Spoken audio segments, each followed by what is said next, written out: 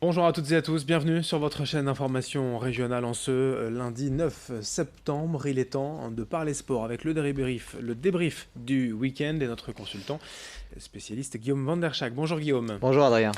On va parler de foot aujourd'hui avec vous, de Ligue 2, de National. La Ligue 1 est en pause, hein, bien sûr, avec l'équipe de France de foot. On parlera également de basket, de handball, de cyclisme et d'un peu de course hors stade, de trail, notamment du côté de Wissant ce week-end. D'abord, donc, on va parler des Bleus avec un rapide retour sur le match de l'équipe de France face à l'Albanie. Oui, une victoire de l'équipe de France, hein, facile, hein, on l'attendait, 4-1 face à l'Albanie, mais ce qui a fait sensation, c'est plutôt pour nous, hein, ici dans la région des Hauts-de-France, c'est le but du Lillois Jonathan Iconé, hein, au-delà de ce résultat. Jonathan Iconé qui marque à la 85e, seulement 8 minutes après être entré en jeu. C'est sa toute première titularisation en équipe de France. Hein, on rappelle qu'il était arrivé à Lille en juillet 2018, c'est un joueur de Bondy en région parisienne, et puis il aura donc fait des débuts remarqués avec les Bleus. Hein.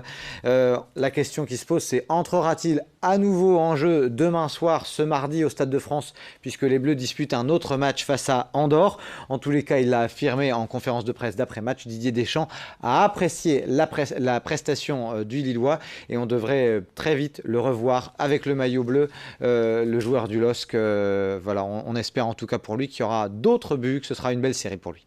Bien sûr, pour le LOSC, forcément, c'est la trêve internationale. Le programme des Lillois pour la prochaine journée? Et les Dogs qui rencontreront l'équipe d'Angers, c'est ce vendredi à 19h au stade Pierre-Mauroy. Alors attention, Angers, hein, c'est un petit peu l'équipe surprise de Ligue 1 en ce début de saison. 3 victoires en 4 matchs.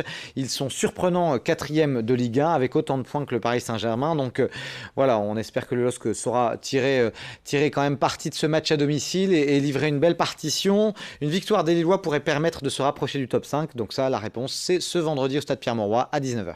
La Ligue 1 est en pause, mais la Ligue 2 est également. Idem, le programme pour Valenciennes et Lens. Alors, Valenciennes qui va se déplacer à Sochaux. Ce sera vendredi à 20h. On rappelle que les Valenciennois, hein, sont de surprenant 3e de Ligue 2. En revanche, Lens a besoin de se rassurer, et ce sera peut-être face à Châteauroux.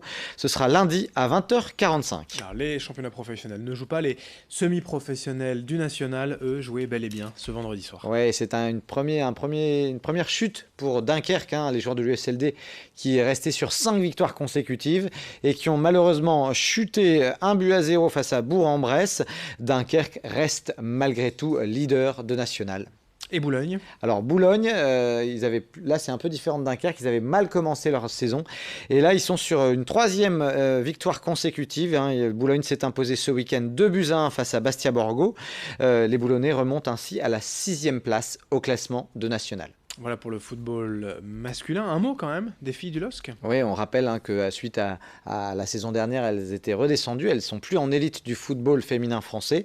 Elles sont en D2 et c'était la reprise pour elles ce week-end. Eh bien, ça s'est plutôt bien passé. Le LOSC a remporté son premier match de la saison 2-1 face à l'équipe de Thonon-Évian.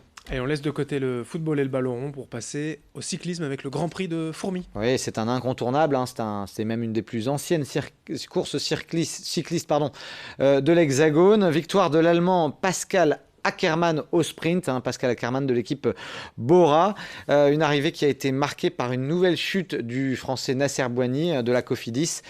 Décidément, ça a été une saison noire pour Boigny. Et d'ailleurs, on pourrait ne pas revoir Boigny porter le maillot. C'est certainement une fin de cycle pour le sprinter français.